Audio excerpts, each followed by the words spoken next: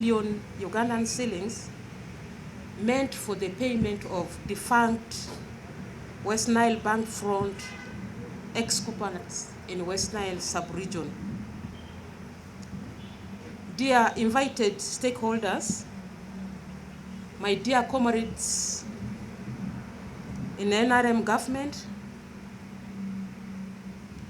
and the East messengers of the press, I am once again honored to update you on the payment of the peace dividends to the West Nile bank front.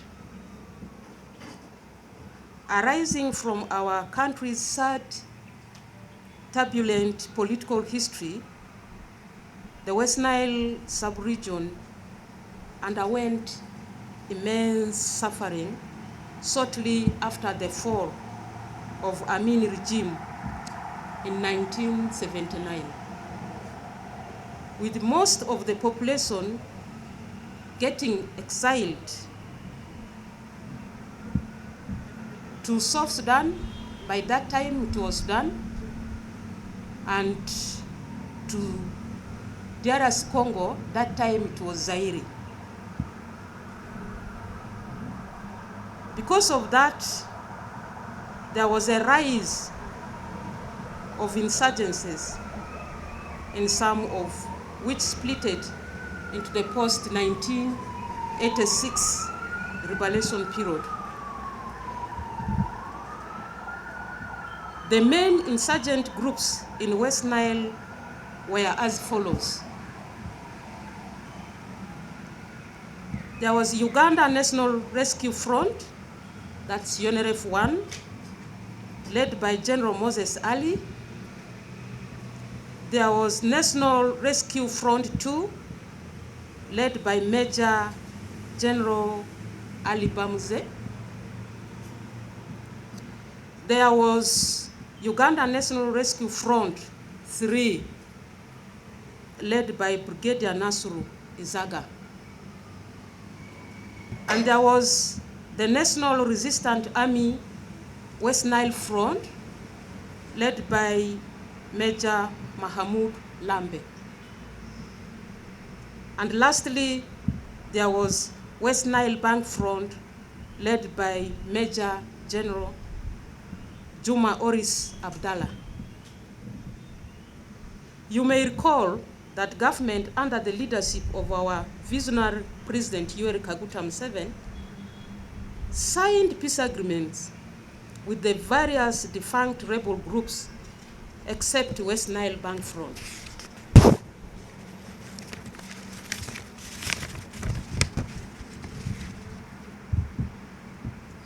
Amicably to end the rebellion, which reached with a pledge of peace dividends, and one of the key provisions of the agreements was a resettlement package for the ex-combatants. With the exception of UNRFI, the West Nile Bank Front, and a few remaining members of UNRFI, the rest of the defunct groups were paid their packages to settle all the residual claims in the West Nile sub-region. The Cabinet of 25th April 2024 approved the payment of 26.1 billion, of which 5.1 billion due to West Nile Bank Front to be paid this financial year, and 21 billion to UNRFI, that is led by Moses Ali, and other residual groups to be paid in the budget of the fiscal year 2024-2025. Therefore, indeed, we are in progress when you look at this statement. The initial step in the process of effecting the payments commenced with the mobilization of the ex-combatants in the West Nile districts of Pakwach, Zombo, Nebbi, Madi-Okolo, Arua, Arua City, Maracha, Terego, Koboko, Yumbe, Obongi, Moyo, and Adjumani. The main focus of the mobilization was to relieve the fears of the affected individuals who had become restless about the perceived delay in settling their claims and laying ground for the verification of the beneficiaries. The mobilization was followed by the verification of the ex-combatants of the West Nile Bank Front, which was completed through the Security Ministry. A verified schedule of 4,901 ex-combatants was subsequently approved for the payment to absorb the budget of 5.1 billion, which was raised from the budget of the Ministry of Defense and Veteran Affairs in the financial year 2023-2024. The Ministry of Defense and Veteran Affairs has also budgeted for the 21 billion in the fiscal year 2024-2025 to pay the last group, that is UNRFI, and the other residual individuals from UNRFII. The commencement of the payment of the Ugandan Shillings 5.1 billion for the peace dividend of the West Nile Bank Front is to be launched next week in Koboko on 8th May 2024 and shall benefit 4,901 ex-combatants will benefit from that money. And I also invite you to join me in Koboko in doing this noble cause to our people. To conclude with, fellow Ugandans, in the history of Uganda, it is the NRM government that has prioritized and is committed to the payment of all eligible military veterans and a group of individuals eligible for compensation of some form or for the sake of the national harmony and cohesion necessary for the socio-economic transformation. The commencement of this payment should lay to rest the restlessness from some of the sections of the society in West Nile sub-region to settle down and focus on wealth creation. I thank you all for God and my country. Some of the people have died, and how are you going to handle them? In the ministry, we developed a very comprehensive method or a structure of identifying these people and those who have passed, who would be their immediate beneficiaries. The structure has been developed very, very well, and that's why verification was done. In the process of the verification, we find out whether the ex-combatant is still alive or whether he has died. If he has died, who is the next of the kin who will be able to receive that money. And in that, we even go further to make sure that they have a family meeting where they must agree that in absence of our father or our mother who has passed on, it's now Mr. X to receive this money on our behalf. That's what we have done, so that those who are to receive the money must be those who suffered or who has worked for it. So there's no way that we are going to pay ghost in this, because the program is well designed. Then why now? If you could hear from my statement, my opening statement, I said I am here today again to brief you, meaning that this is not something I'm just starting. I have been here. Whenever I'm here in the media center, I just come and talk about the payment of veterans, because the veterans are in so many categories. And even in my statement, these groups were so many, the splitter groups of these rebel activities in West Nile. And most of them have been paying, because it is a process. We paid UNRFI, led by General Bamuze. That one was already paid. We paid NRI, West Nile Bank Front, and West Nile Front, led by Major Mahmoud. That one was already paid. So it's a process that we have been moving on. So it's not something that has just started. In fact, we're at the end tail. We are concluding, hopeful, before even elections, there will be no complaint from West Nile that there are these ex-combatants that have not been paid. We are just concluding it. It started a long time ago. So it is not an issue of campaigns, but it's just the commitment this government had to the people, and that's what it's doing.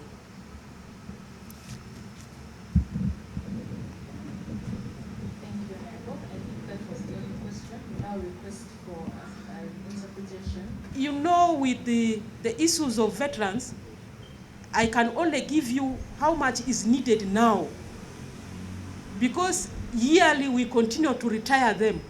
So the amount of money paid for them continue to increase according to the number of the people who are joining the veterans. You now see that we have a system of retiring these veterans. So every year, the amount of the pension paid to these people, even the amount of gratuity paid, continues to increase depending on the number of the servicemen who have retired and joined the veterans group. But currently, the amount of money that I need to clear specifically the veterans, we categorized under backlog. I was here sometime I talked about the backlog.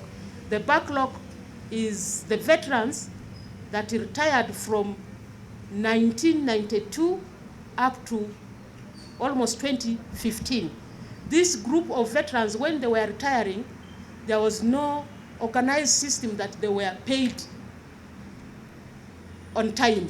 So they continued to retire. That has caused a backlog in the ministry that we are now handling.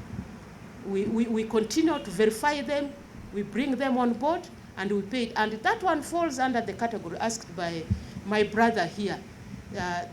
Those ones who fought, who shed their blood for the peace we're enjoying today. Many of them under Luero, under what? Those groups there. Why that backlog?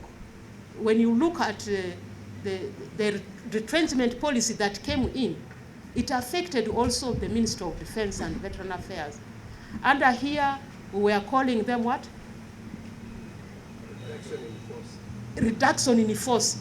In the public service, it was called retrenchment, where many civil servants were retired or retrenched. But under Minister of Defense, it was called reduction in force, where many of our people were sent without a proper package, without their pensions being paid, aware that this was not even the government of Uganda policy. This was a World Bank and the World Bank and what? And IMF policy, where they wanted to reduce the number of people working in government. So that created a backlog, which we are now handling up to now. The figure is here. You come and give them the one I need to completely close the chapter of the backlog. Then when we close that, we will now remain with those who still qualify to remain in the pension. We enroll them to join the pension payroll. Those who are not, we work for them what we call ex gratia. Under Luere, they call it Casimo. But under Ministry of Defense, we call it ex gratia, where we work and we give them one payoff. But those who qualify now, they continue to get their pension. They are getting the pension. The challenge why many of these people who are complaining to you that they have not been paid is because the time period where they worked was very small. Some worked for 1 year, some worked for 2 years, some worked for 5 years. Immediately when government resumed power, when RM government resumed power, they said, for us, we wanted a peaceful government. Now that Muse, you are in power, we are going home. They even decided to go home without asking for a proper retirement, though they went back and settled in their homes. But we are paying them using the formula of public service, where they calculate your pension using the years you have been in service, then the salary of the last month that you retired. Like when you retire in May today, and the salary you got is 25,000, then they use that, and they put it of 1/500 times the years you worked, times the last salary you get in that month. So when you look at those, for somebody who retired in 1992, that time their salary maybe was 3,000 per month. By the way, these are people who really worked for free for this country.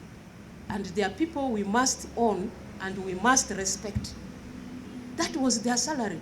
So you use that formula. So you see somebody is getting like 15,000, even 9,000 as a pension in a month. This person cannot tell you that I am getting my pension. I have realized within, these are the people who are now saying, I have not been paid. You can go back and do that research. You will find that almost, we have paid almost 80% of these people now. There are few indeed we have not reached to, which we are working on. And the few that we have not worked on, we have their database, but it is incomplete. So we have in the ministry, we have established a special board of inquiry that is working on these people. Because when we want to pay you, we want to pay exactly who you are.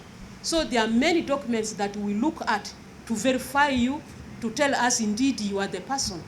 So we have a number of files under this board of inquiry, and these people, their work is very difficult because they must go and look for these people where they are. They go up to their homes, they look for those. You can ask somebody to give you information. It takes 1 year without coming to you. That is another challenge. That's why we have not finished paying them.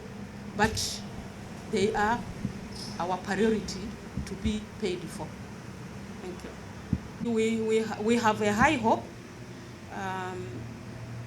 We are amending the UPDF Act 2005 to bring in all the issues of the military veterans.